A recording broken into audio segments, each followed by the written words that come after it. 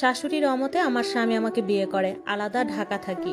শ্বশুর শাশুড়ি ভাসুর কেউ আমাদের মেনে নেয়নি, কারণ আমি গরিবের মেয়ে। তারা চায় এমন মেয়ের সাথে ছেলের বিয়ে দিতে যার অনেক টাকা আছে। 3 বছরে শাশুড়ি আমার সাথে কখনো কথাও বলেনি, মুখও দেখেনি। আমি কল দিলেও ধরতো না। আমার স্বামীকে শুধু বলতো আরেকটা বিয়ে কর, কিন্তু আমার স্বামী রাজি না। 3 বছর পর শ্বশুর শাশুড়ি হঠাৎ ভালো হয়ে গেল। আমার স্বামীকে কল দিয়ে বললো, বাবা বউকে নিয়ে গ্রামে আয়। আমরা মেনে নিয়েছি। 13 দিন ছিলাম শ্বশুর বাড়িতে। আমি গরিব পরিবারের মেয়ে হলেও শিক্ষিতা, পড়াশোনা শেষ করেছি এবং টুকটাক বিজনেস করছি। মাসে কখনো 50, কখনো লাখ ইনকাম হয়। বোঝেনি তো, ব্যবসার টাকা কখনো কম কখনো বেশি। আমার সুন্দর পোশাক দেখে আমার যা হিংসে করে খোঁচা দিল। আমাকে পাড়ার সবাই দেখতে এসে প্রশংসা করছিল, সেটাও আমার যা সহ্য করতে পারছিল না, খুঁচিয়ে কথা বলছিল। আমার ভাসুর বাড়িতে থাকতেন না খুব একটা। আমার বিয়ের 4 মাস পর উনি মুদির দোকান ছেড়ে বিদেশ গেলেন।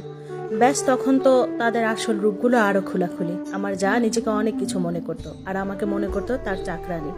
সবসময় আমাকে কাজের হুকুম দিতেন, নিজে কিছুই করতেন না। পুকুরে জাল দিলে যে মাছ পেতাম, উনি অর্ধেক ওনার বাপের বাড়ি পাঠাতেন আর বাকিটা বেচে দিতেন, আর কিছু ঘরে রাখতেন। আমার বরের টাকা পয়সা সবকিছুর হিসাব রাখতেন। আমার বড় কিছু বলতো না।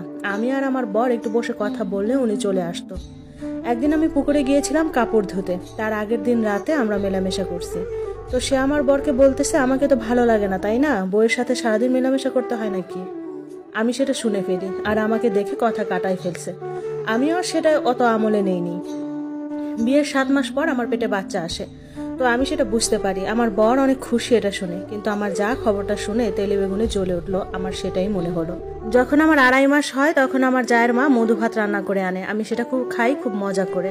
তো রাতের বেলা শুইছি, হঠাৎ আমার খুব পেটে ব্যথা, উমা, সাথে রক্ত যাচ্ছে। আমার বরকে ডাকলাম, সে সাথে সাথে আমাকে হাসপাতালে নিল, আর বলল বাচ্চা আর নেই, মিসক্যারেজ হয়ে গেছে।